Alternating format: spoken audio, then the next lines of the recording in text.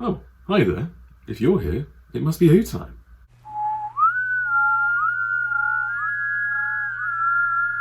So I was looking at this.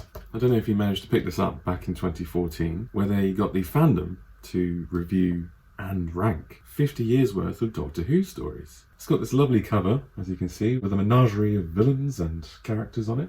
Very nice. Anyway, I just had a look and I saw that in 174th place out of 241 stories, with 62.95% as a score, is the Leisure Hive, the season 18 opener.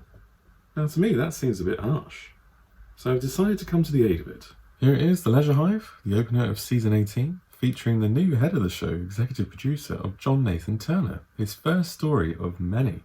Until the end of the classic era, in fact. Now, this story marks the start of a new era for Doctor Who. Gone are the more humorous antics of season 17, the show has become a different beast in its 18th season, a more serious, mature, and scientific theory-driven show. And this is all down to the new executive producer, John Nathan Turner. This is by no means a negative comment on the serial, but a much welcome change and addition to the tapestry of Doctor Who. Change is part and parcel of the programme after all. Doctor Who came back in 1980 with a glorious revamp. The show now had a Star Wars-esque title sequence and a new funky 80s version of the theme tune. Plus, Tom Baker wore a much more sombre, less colourful take of his iconic costume. Underpinning this new revamp and new direction is a well-structured and well-executed yarn. Really, the Leisure Hive has everything that you want from a Doctor Who story.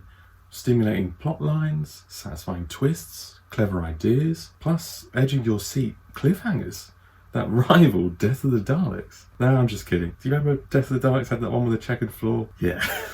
Death of the Daleks would absolutely envy the cliffhangers in the Leisure Hive. These are absolute humdingers. Plot-wise, the adventure begins with the TARDIS duo looking for somewhere to go on holiday. Now, they go to Brighton and find it a bit lacklustre. Then Romana suggests that they go to the Leisure Hive on Argolis. Now, the Leisure Hive is a holiday complex, obviously, but it's also a symbolic peace message built by the surviving Argolins following their devastating nuclear war with the Foamasi, which lasted 20 minutes apparently. Of course, the Doctor and Romana arrive at the resort at a point of crisis. The resort is actually in financial dire straits, and from there you have several threads that link up and converge to make this a wonderfully multi-layered Doctor Who story. So Pangol craves power and is hell-bent on revenge against the Foamasi, given that their planet was pretty much destroyed by the Foamasi in the war. Also, the Argolins are experimenting with a new science called tachyonics, which can hopefully rejuvenate and continue the Argolin race. There's also a potential sale of the resort to the Foamasi, brokered by Earth representatives.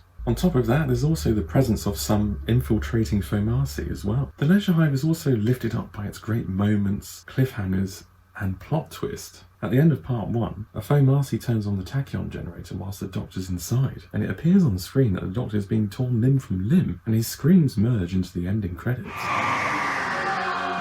Absolutely terrifyingly awesome. Also, at the end of part 2, the Doctor emerges from a tachyonics experiment as an old man. This is the first time that we see the Doctor being rapidly aged. The next time that we see this, I think, is in the Series 3 finale, the Sound of Drums / Last of the Time Lords two-parter. There's also that wonderful scene where Tom Baker delivers this killer line. Having been framed for murder by his scarf being attached to a victim's neck, he ends up in a court hearing, and an Earth representative says that the scarf killed the victim. To which the Doctor jests, "Arrest the scarf then!" However, the best part of this story is, in fact, the big twist at the end of part 3, which took me completely by surprise. Now, this is a super big spoiler.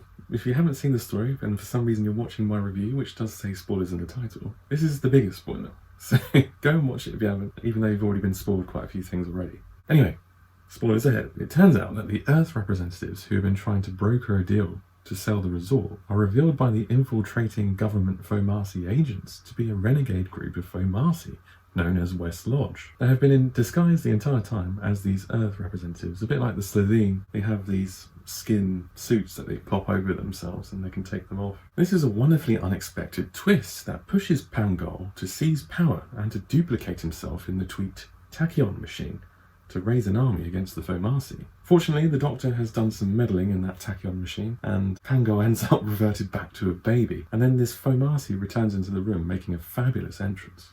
You must contact the Foamasi and avert this war. You mentioned Foamasi? Obviously, the story's not without its issues. For example, the sets are rather shoddy, boring, and repetitive. Especially those corridors. I hated those. Just congregated shed roofs. It probably could have been improved with better lighting and better direction. The Argolin costumes fulfilled their purpose, but they're quite lame looking, let's be honest.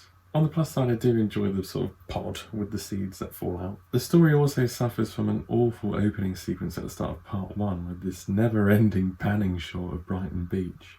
It seems to go on for like 2 minutes or something, until you finally arrive on Tom Baker, the 4th Doctor, having a snooze. What a way to start the whole new season. This was then frustratingly followed by K9 blowing up as he just randomly goes into the sea chasing a ball. Why would a robot dog chase a beach ball? Anyway, this was annoyingly just done for production reasons, because K9 was actually quite an annoying prop for the production team. It kept malfunctioning, so they just wanted to write him out of the story.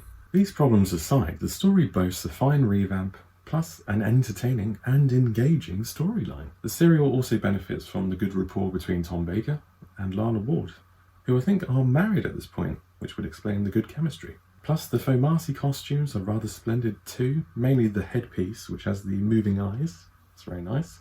Another bonus is that there's no hammy acting as well.